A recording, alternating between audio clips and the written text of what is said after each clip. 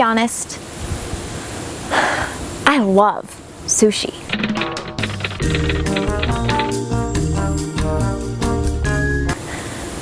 I mean, I know it sounds horrible considering where I come from and everything, but I know some pretty horrible tuna fish.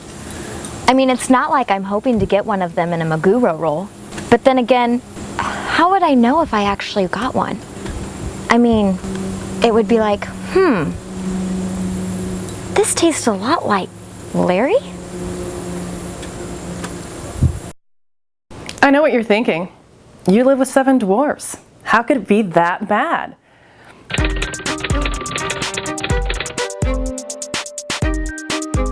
I was pretty happy living with the dwarves. But you know how much pressure there is to be the fairest of them all? People staring, your makeup has to be perfect every time, the paparazzi. You get the point. There was a lot of pressure. I was happy to get away from it all.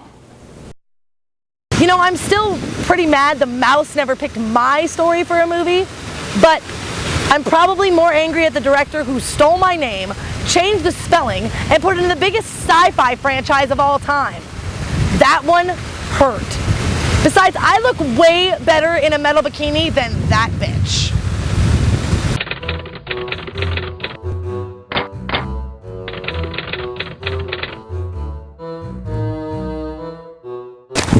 I came from a really middle-class royal family. I mean, we had a castle, and I had a horse and a lady to help me get dressed. What was her name? You know what, it doesn't matter, but she had a really hairy mole on one cheek and her breath smelled like Swiss cheese. Yeah, I remember it. It was like 15 years ago.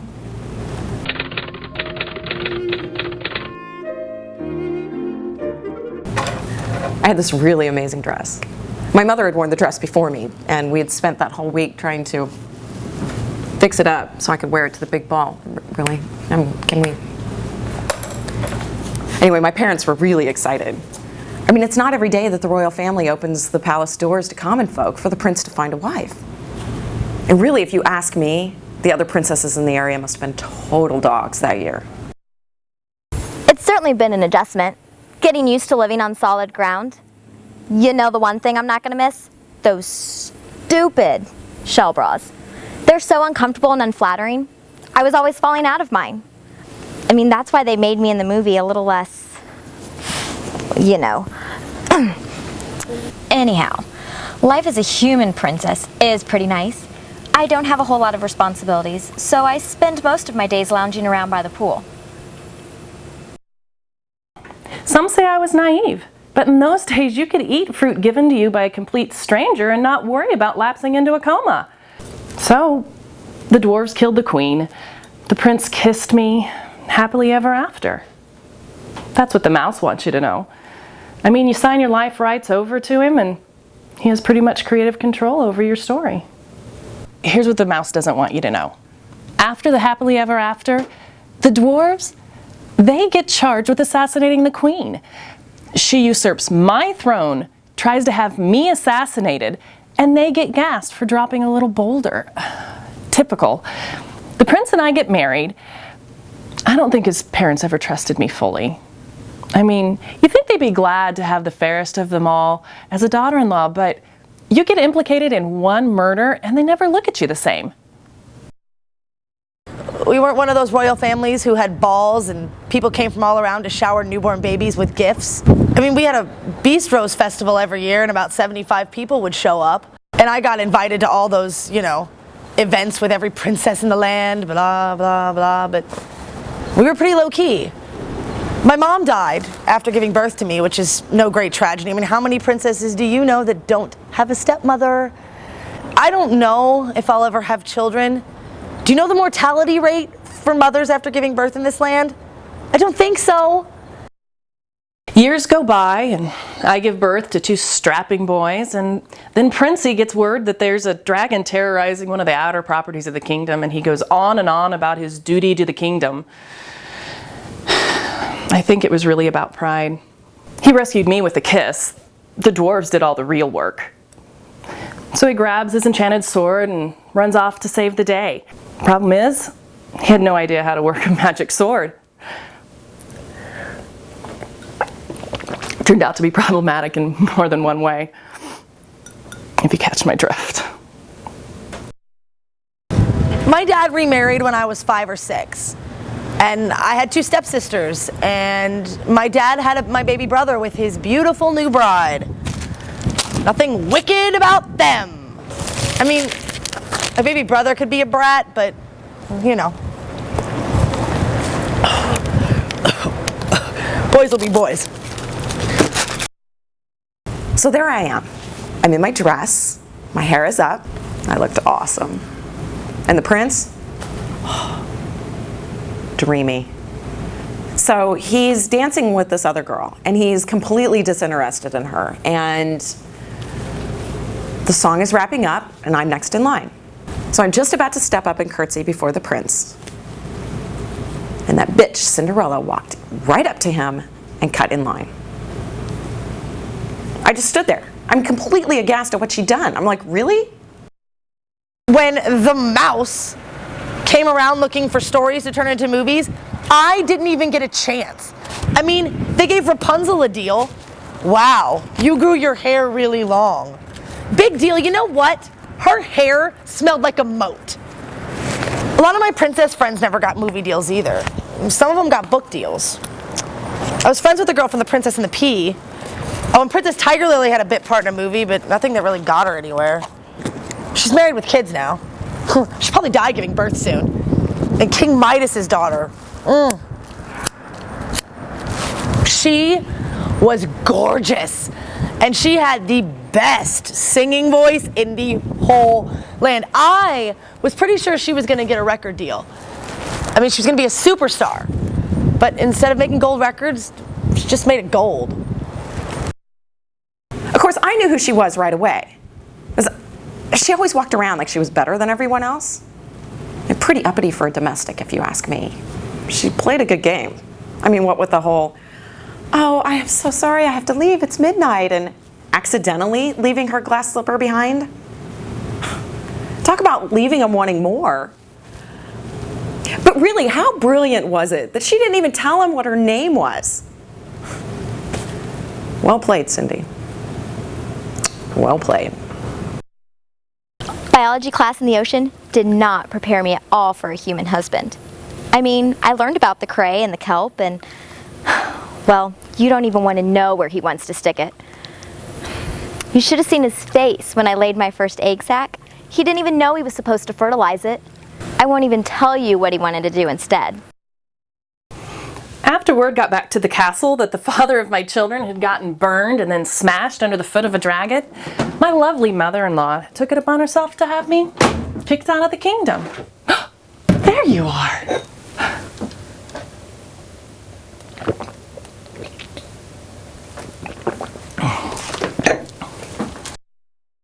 And then the Velvet Revolution happened, and I mean, we had no army. Literally, no army. Our kingdom was the size of Long Island. We're probably the only royal family in history to be overthrown in a non-violent rebellion.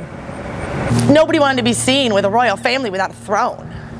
My father got tossed into jail for that little Ponzi scheme, and my stepmother and sisters were sold into the cruise liner trade. And now they pose as princesses and take pictures with little kids for 12 hours a day. And little Prince Peter, I haven't seen him since that scandal with the evangelical preacher.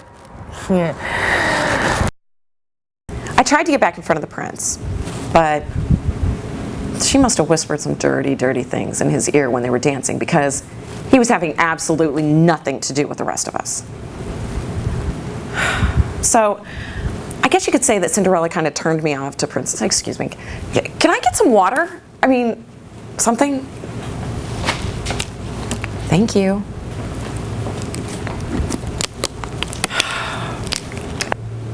I was so close to being a princess. I literally next in line, and she waltzes in and takes him away. I mean, after that, what was I supposed to do? Marry the stable boy? Everyone thinks that because I live with 7 dwarves, life with 2 kids would be a piece of cake, right? Well, let me tell you a thing or two. First of all, the dwarves, they worked in a mine for 10 hours a day. I had the house to myself to clean and prepare, and they didn't leave much of a mess aside from dragging in some dust from the mine. These boys of mine, they're crafty. They're strong, they're smart, and they're crafty. They gang up on me and I have no help. Not from their father's family, no nanny, no babysitter, nothing. Mommy, can I watch your movie? No, not again. Please, please! Fine. Yay! In the end, I wouldn't trade my life for anything. It'd be nice to have my kingdom back, or not to have the deaths of 7 little people on my conscience.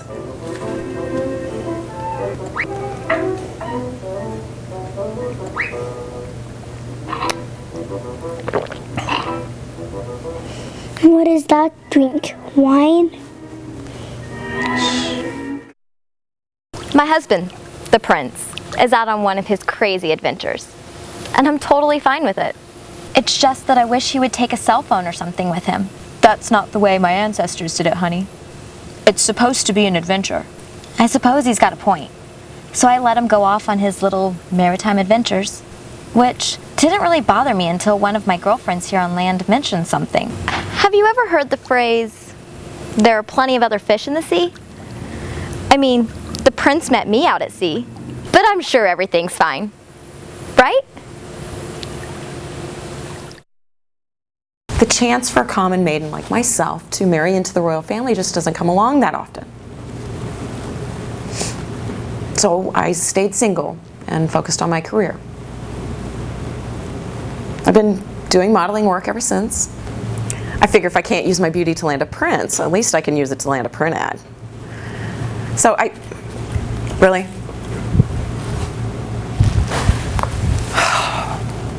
The problem with being a professional model is that the career life is kind of short. I mean, compared to that of being a professional princess. But then when you combine that with the exceedingly high number of raven-haired or flaxen-haired beauties, well, there's a lot of competition for legitimate modeling gigs.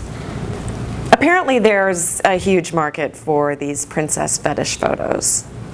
And guys get all puffy in their pantaloons to see a struggling damsel in distress. I mean, it's not high fashion. Hell, it's barely even artistic, but